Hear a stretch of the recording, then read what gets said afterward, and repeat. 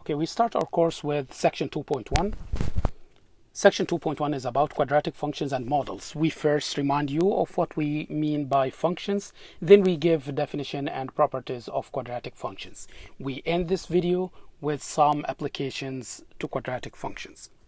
So let's start with what do we mean by function. A function is a rule that assigns to each element in a set A. So we have a set A here. Each element in a set A, let's say we have X, Y, and Z, three elements. One and only one element in a set B, another set B. So let's say we have A, B, C, D, and D. So we have some relation between A and B, or elements of A and elements of B. For example, X is related to A under the function f, and Y is related to D. Z is related to B. So in this case, we have inputs. These are elements of A, and we have outputs, the assigned values, or the images, or the values of B that are related to the values of A. So here, f of X, the value of X under the function f is equal to A, and f of Y, the value of Y under the function f is equal to D. F of Z is B. And then after finding these, we notice that the function can be considered as a machine.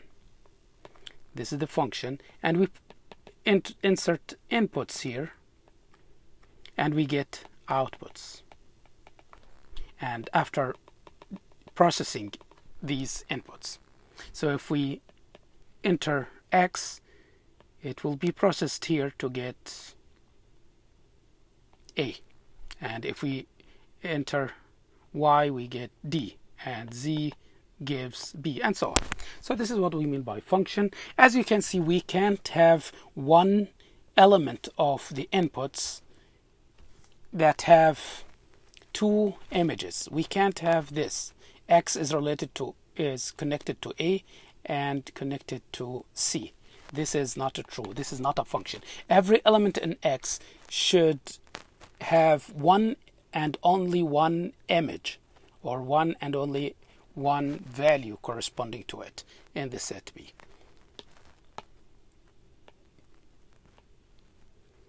So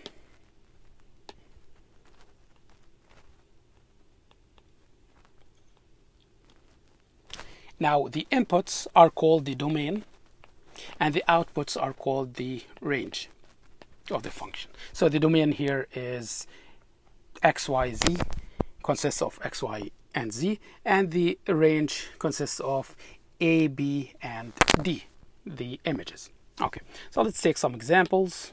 We start with this linear function. This is a rule of a linear function. We want to find f of negative 1/2. So we can write negative 0.5 as negative 1/2. So in order to find the value of negative 0.5 under the function f, we just plug this value into this function here. So we have 4 times negative 1/2 minus 6. 4 times negative 1/2 is negative 2, minus 6 is negative 8. So the output here is negative 8. F of 0, we just plug 0. So 4 times 0 minus 6 is negative 6. Plug 3, so you get 4 times 3 minus 6. That's 12 minus 6, which is equal to 6. Now, number 3, we have this quadratic function. Quadratic because the highest power of x is 2. Now, similarly, we have f of 1. We just plug 1 here. Instead of x, we have 1 here. So that's specific value. 1 squared plus 5 times 1 plus 7. That's equal to 13. And f of h, now we plug h here. We get h squared plus 5h plus 7. Now we want to plug x plus h. Now how to find this? We substitute x plus h. So we get x plus h squared plus 5 times x. X is now x plus h plus 7. Now we can simplify more because, as you remember, x plus h all squared, we can expand it this way. The square of the first element or term plus 2 times the first times the second plus square of the second term. This is the expansion of x plus h all squared. Plus, now for the second term, we just distribute 5 on the parentheses. We get, on the expression inside the parentheses, we get 5x plus 5h plus 7. We do that, but here we can't simplify more. Now, an important application here, we are given a function, linear function, and we want to simplify this expression. This expression has a special importance in studying derivatives. In near future, we will study derivatives, maybe next, next chapter.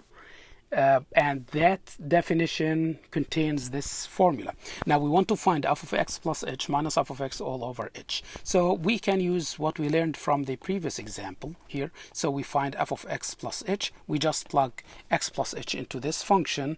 So we have 3 times x plus h plus 1. And this is 3x plus 3h plus 1. Now we find f of x, but that is 3x plus 1, and then we apply this formula. So we have f of x plus h, which is 3x plus 3h plus 1 minus f of x. It's better to put this into parentheses because we have a negative sign here, so we don't want to miss this sign. It's for both 3x and 1, all divided by h. Now we simplify. We have 3x plus 3h plus 1, and then we insert the negative sign here. We get negative 3x, negative 1 all over h.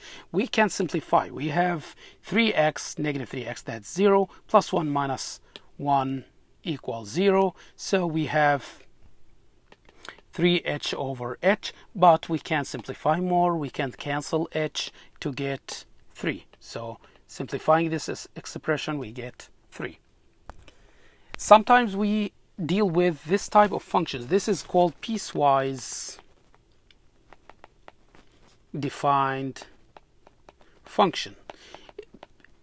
It's a function that's defined by more than one rule. If you look at the previous examples, we have, for example, here, the function is defined by one rule. It's f of x equals 4x minus 6. Here we have f of x equals 3x plus 1. It's just one rule. But here in this example, we have more than one rule. We have 2 rules. F of x is x when x is between 4 inclusive and 0 exclusive. And it's 6 when x is between 0 and 4 inclusive. So this type is called type of functions is called piecewise defined function. How to graph this type of function? We need to get some ordered pairs, xy, because we have 2 pieces of function. The function, let's call this f1 of x is x. This is the first piece of the function f of x, and the second piece of the function is 6, the constant function. Now here x is defined from -4 to 0, but 0 is not included. And for f of f2x, x is from 0 to 4. Both of them are included. Now we choose 2 values to find. We want to find, because these are linear, we want to find 2 points. So if we choose, we start this with -4. So f of -4 is -4 because we just plug here. f1 of x is x. That's called identity function. F of x equals x. F of 1 equals 1. F of 2 equals 2. F of 5 equals 5. So this is called identity function. It gives same output as the input. So, or same, the output is the same as input. So f of y means f of x, right? So f of -4 is -4. Now we plug 0, even though 0 does not belong to the domain, but we plug 0 just to make, to help us. This will help us in graphing better, or to make it easier to graph the function. 0 does not belong to the function, and it does not belong to the domain, of the function. So we can't substitute it into x, but we substitute it just to graph the function. So if we plug 0, we get 0. So the 2 points are -4, -4. And the other one is 0, 0. And as I mentioned, 0 does not belong to the domain. The function does not equal to 0 here. But we plug this just for purposes of graphing.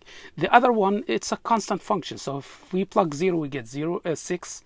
And if we plug 4, we still get 6 because it's constant. So 0 gives 6, 4 gives 6. Let's graph it here. This is x, this is y. And now we have -4, -4, -4, -4, -4 on x. This is -4 on x, corresponds to -4 on y. So this point is -4, -4. And the other point is 0, 0. This is 0, 0. Now we connect them with a straight line because the function is linear. But as you can see, it's closed at 0, -4, -4, but it's open at 0, 0. Why? Because 0 does not belong to the domain. As you can see here, look at this. We don't have equality. So that's why we leave it open here. Okay, now this is the first piece of the function. This is f1 of x. Now the second piece is the constant function 6. As you can see, we have 2.06. This is 0.6. And 4, 6. 1, 2, 3, 4. 4 with 6. And then we connect them with a straight line. Is it closed or open at the ends? It's closed because we have equality on both 0 and 4. So this is the function f of x. This is the second piece of the function, but the whole graph represents the function f of x. This is called piecewise defined function. So we graph each piece separately, and the resulting graph will be the graph of the original function f. Now let's take an example application. So here we have L of t represents the annual loss of a Sirius satellite radio for the period 2001 to 2006, where 1 here, time 1, this is t axis, and this is L. This is the function L of t. Now here this is 2001, this is 2002, and so on. So the first question, what is the domain of the function? The domain of the function is all the values that have images or they have outputs. What are the values on t that have images or outputs? So here we look at the values from 1 to 6. All values here have images. For example, the value 2 has image 400, the value 3 has 400, and so on. So here we have images. So what is the domain? The domain is 1, 6. These are the inputs, because the function is not defined here between, for example, at 0. We don't have image. It's not defined at 7 because we don't have image here. What is the range? For the range, we look at the height of the function. So it's here, here, here, up to here. As you can see, it starts here. This is 200. From 200 to 400, the distance is 200, and half of it is 100, and this is half of the half. That means 50. So this is 250. So it starts at 250 and ends at this half of the distance between 1000 to 1200, which is 1100. So that's the range. This is the range, the corresponding values. So the range is 250 to 1100. Now we want to estimate L of 2. What is L of 2? L of 2, the image of 2 under the function L is 400. What is L of 5? L of 5 is between 800 and 1000. That's 900. What is L of 6? L of 6 is 1100, and so on. Now we want to approximate L of t, where at which value of t is L of t increasing most rapidly. If you look at the curve, you may notice that at 4 it increases most rapidly. So at t equals 4. Now the last question is to interpret d. We notice that Sirius losses were increased fastest approximately midway through the year 2004. Okay. Now we focus on domain of given functions. So what do we mean by domain? Domain means allowed or allowed values.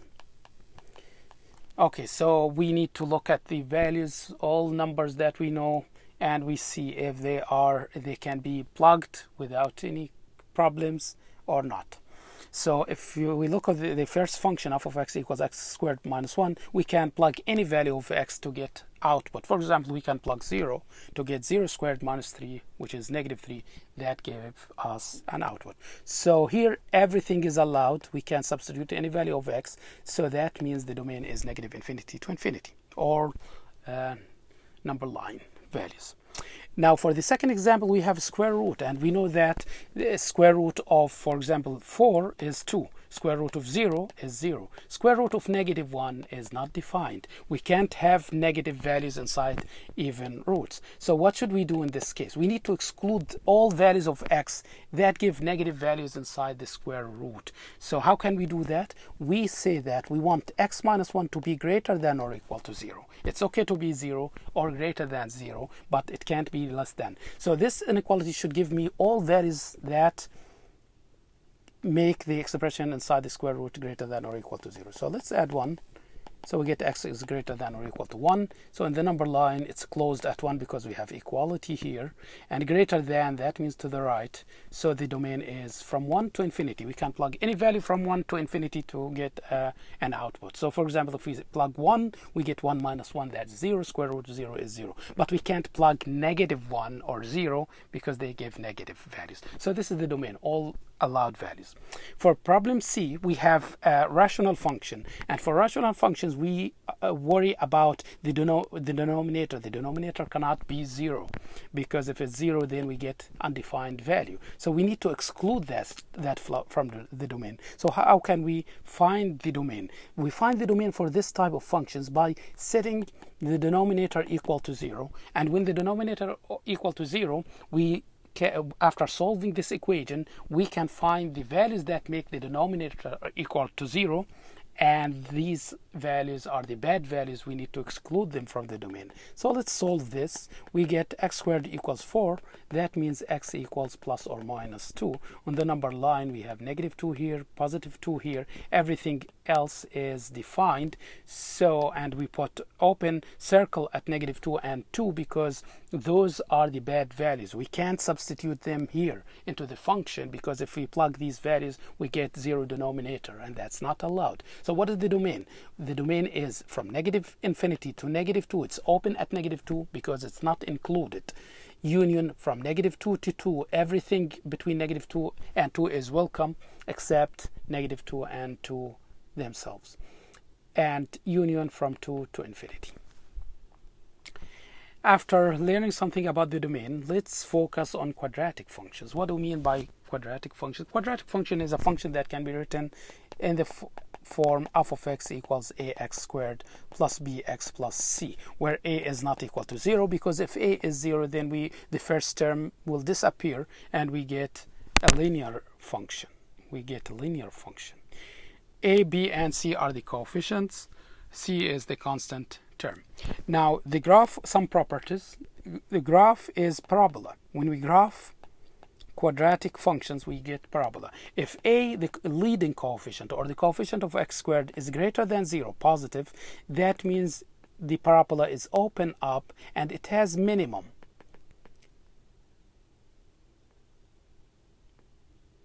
Minimum at the vertex. This is called open up or concave up. If a is less than 0, then the graph is open down and we have a maximum here at the vertex, and it's open down or concave down. Okay, and now how to find the vertex, this point? The vertex is given by negative b over 2a, this ordered pair, and f of negative b over 2a. So we find the value negative b over 2a. B is the coefficient of x, a is the coefficient of x squared, and then we find the image of this. We plug it into the function. This gives us the vertex, and then we want to find the x-intercept. What is the x-intercept? We find the x-intercept by setting y equals 0, or f of x equals 0, because y means f of x. So we set ax squared plus bx plus c equals 0, and then we solve for x. We can use a quadratic formula. Any one of the methods, the known methods to solve quadratic functions. We may factor expression and solve by factoring, or solve by using the quadratic formula, or even by, if we wish, to use completing the square, but that's hard. So negative b plus or minus square root b squared minus 4ac over 2a. This formula should give me the roots or the zeros of this function, and these are the x-intercepts. And we have at most two x-intercepts. We may have one x-intercept, or we may not have any intercepts. For example, this graph does not touch the x-axis, so we don't have any x-intercept. This graph touches at 1 point, and this graph touches at 2 points. Okay, now what about y-intercepts? Y-intercept, this is very easy to compute. So we just set x equals 0. So when we set x equals 0, we know that f of x equals ax squared plus bx plus c. So if we plug x equals 0, we get this 0 plus c. So y equals c. So 0 and c is the y-intercept. Now symmetry, there's symmetry. When we graph the parabola, we have some axis of symmetry. This is the axis of symmetry that passes through the vertex. And the how to find it.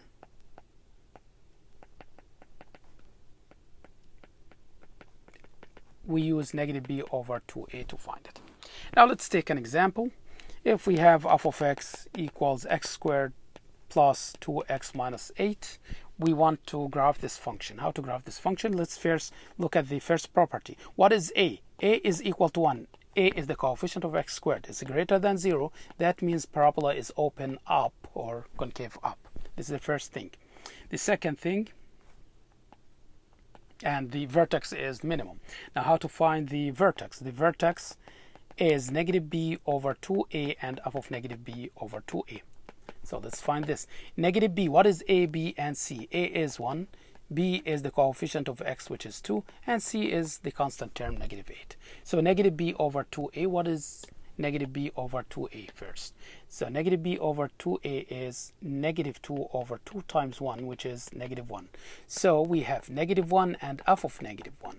Now, in order to find f of negative 1, we just plug this into the function. So we get f of negative 1 is negative 1 squared plus 2 times negative 1 minus 8. So this is 1 minus 2 minus 8, negative 9. So the vertex is negative 1, negative 9. Now we find the x-intercept. What is the x-intercept?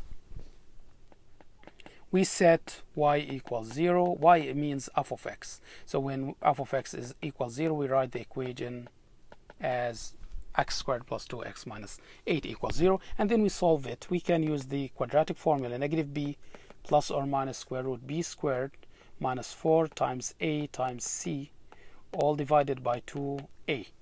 And then this is negative 2 plus or minus square root. What is 2 squared? 4 minus times minus is a plus. 4 times 8, 32 all over 2. And this is negative 2 plus or minus square root 36 over 2. And then negative 2 plus or minus, what is square root 36? It's 6 over 2. So we have negative 2 plus 6 over 2, or negative 2 minus 6 over 2. So we have two answers. Negative 2 plus 6 is 4 over 2 is 2. Negative 2 minus 6 is negative 8 over 2, negative 4. So the x-intercepts are 2 and 0, negative 4 and 0. Now we find the y. Actually, for the same problem, we don't have to use the quadratic formula. We can factor this expression. What are the two numbers whose sum is 2 and product is negative 4? The two numbers are 4 and 2. This is positive, this is negative. So when we solve this, what is the value of x? That means that gives the first expression, or make the first expression equals to 0, negative 4. What is the value of x that makes the second expression equal to 0? It's 2. So, and that's it. So we got same answer. Okay, now the y-intercept. The y-intercept, we just set x equals 0. So when x equals 0, y equals negative 8. So it's 0, negative 8. Now, axis of symmetry. Axis of symmetry is when x equals negative b over 2a. So negative b is negative 2 over 2 times 1, which is negative 1. So at x negative 1. Now we graph the function. To graph the function, we need to start with the vertex. The vertex is, what is the vertex? The vertex is negative 1, negative 9. So here we have negative 1, negative 9. Let's say we have negative 9 here. So negative 9 is here. This is the vertex. It's open up. That means we can start with a little curve here. It's open up, and then we determine the y-intercept. What is the y-intercept? It's 0, negative 8 here. And then what are the x-intercepts? They are 2, 0, negative 4, 0. This is negative 4, 0. This is 2, 0. So we have two y-intercepts. And axis of symmetry is x equals negative 1, as you can see. So we continue the graph, and the graph looks like this. So this is f of x. This is how we graph the quadratic function. Now let's do some applications. First application is about demand, revenue, and profit. What is demand? The relationship between them. Actually, revenue is price times quantity. So R equals P little b times quantity Q. So this is the revenue. Now what is the profit? Profit is capital P, is equal to the revenue minus cost. Revenue minus cost. That's the profit. Okay, so these are two important formulas. We start with the first example. Alien Publications Inc. predicts that the demand equation for the sale of its latest illustrated scientific fiction novel, episode 93, Yoda versus Alien,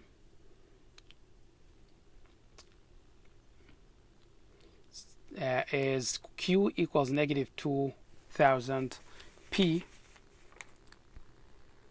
plus 150,000, where Q is number of books it can sell each year at a price P dollars per book. What price, we are asking about little p, should Alien Publications Inc. charge to obtain maximum annual revenue? So we want to maximize revenue. Maximum revenue, that means the main function here is the revenue.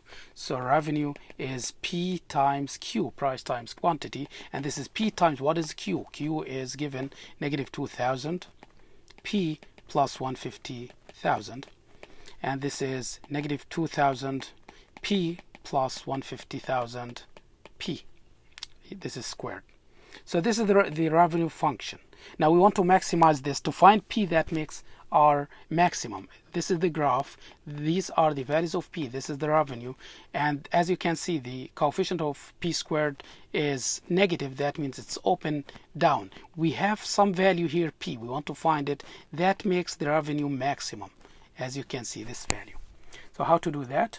We find P that maximize it. So that P is the vertex, the x-axis of the vertex, or the x-coordinate of the vertex, sorry.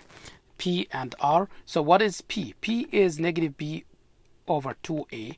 B in this case is the coefficient of P. It's 150,000 over 2 times A. A is the coefficient of P squared. It's negative 2,000. Simplifying, we get $37.5. So the value of P that maximizes the revenue is 37.5, which is the maximum point. This is maximum that can be attained at the vertex, attained by the function. Now we find the maximum revenue, so we just plug this value into the revenue. So R of 37.5 is, we just plug it here. So we, or here, it's better to plug it here because this is already simplified. So plug it here. We get negative 2,000 times P squared. P is 37.5 squared plus 150,000 times 37.5. Now simplifying using the calculator, we get 2,812,500. So this is the value that that's the maximum revenue. So the vertex is 37.5 and this number. The second application is the some fitness gym. For that gym, we are given the demand equation. This is the demand equation, where Q is number of members or memberships, and P is the annual membership fee. First, we find with your annual operating costs are fixed costs of 20,000 per year plus variable cost of $20 per member. That means we have the cost function here. The cost is the fixed cost plus variable cost. So what is the fixed cost? The fixed cost is 20,000 plus the constant or the variable cost is 20 per membership. So let's say each membership is X. So 20 times X. This is the cost function, C of X. After writing this cost function, we want to find the annual revenue and profit as functions of membership price P. So we want to find revenue. What is revenue? Revenue is P times Q. So P times what is Q? Q is given here. It's negative 0.06P plus 84, and after multiplying by this we get negative 0.06P squared plus 84P. This is revenue. Now after finding the revenue, we can find so we could write the revenue in terms of P, the price P. Now we find the profit. The profit is capital P is equal to what? Revenue here, the profit is R minus C. So revenue minus cost. So revenue is negative 0.06P squared plus 84P minus the cost. What is the cost? It's 20,000 plus 20x. This is the capital P, and then we simplify. We get negative 0.06P squared plus 84P minus 20,000 minus 20. Here we have 20x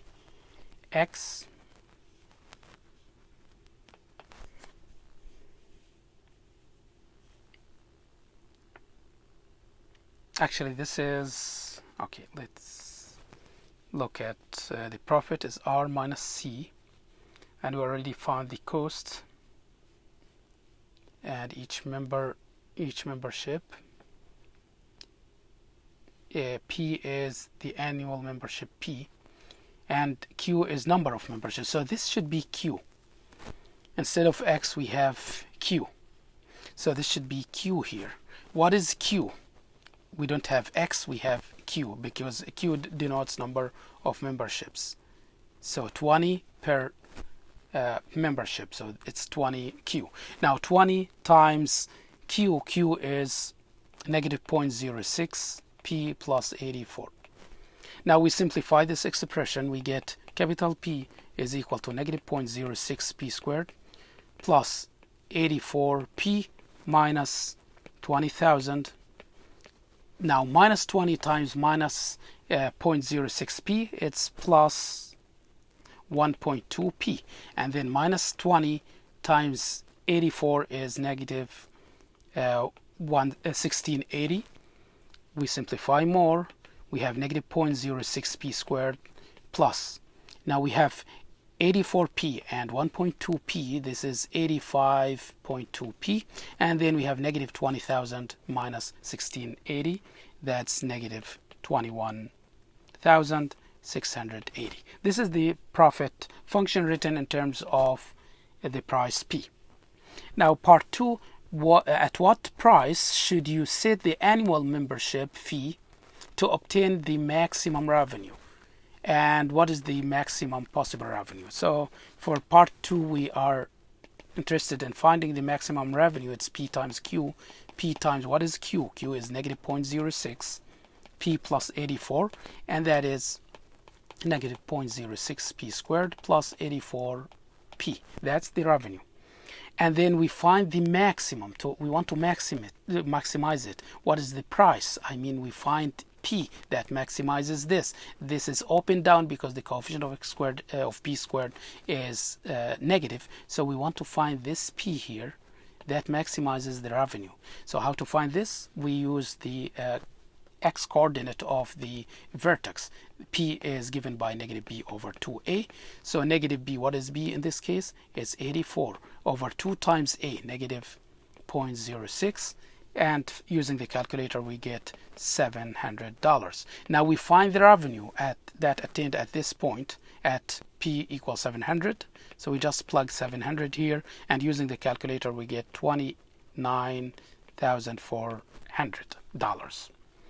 Now the last part, at what price should you set the annual membership fee to obtain maximum profit? We want to maximize the profit, but profit is revenue minus cost, and that is negative 0.06 P squared plus 84P minus what is the cost? It's negative 1.2 P plus 21,680. That's the cost. Okay, so we can simplify the cost to get this, because the Q here is given. It's here, negative 0.06. I can write it here. So cost is 20,000 plus 20 times Q, but Q is negative 0.06P plus 84, and simplifying we get 20,000. Now minus 20 times negative 0.06. This is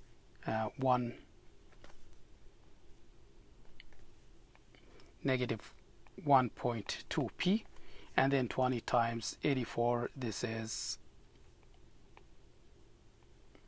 21,680. So we plug this into the equation.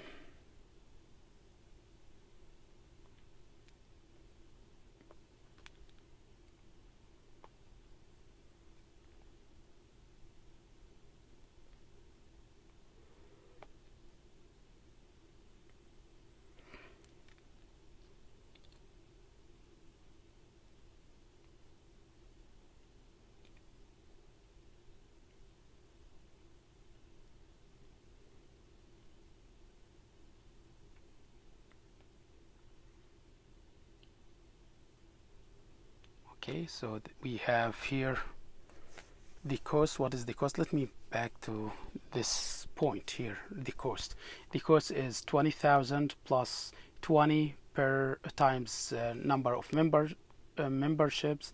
It's Q, so Q is negative 0.606 plus 84, and then we find that C is negative 1.2P plus 21,680.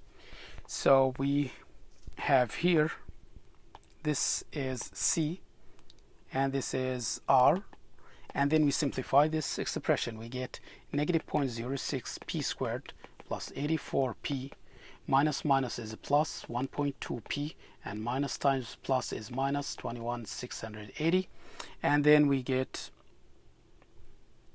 negative 0.06 P squared plus 85.2 P minus 21,680. So this is the profit. Now we want to find the price that maximizes the profit. That means we want to find P. We use negative B over 2A because this can be maximized, P profit maximized at little p when we have maximum value, and for maximum can be attained at the vertex, and the vertex is given by negative b over 2a and f of negative b over 2a. So negative b over 2a is negative 85.2 over 2 times negative 0.06, and using calculator we get 710.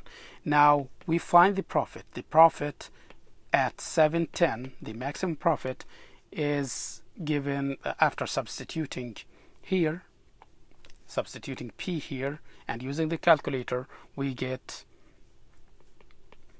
29,394.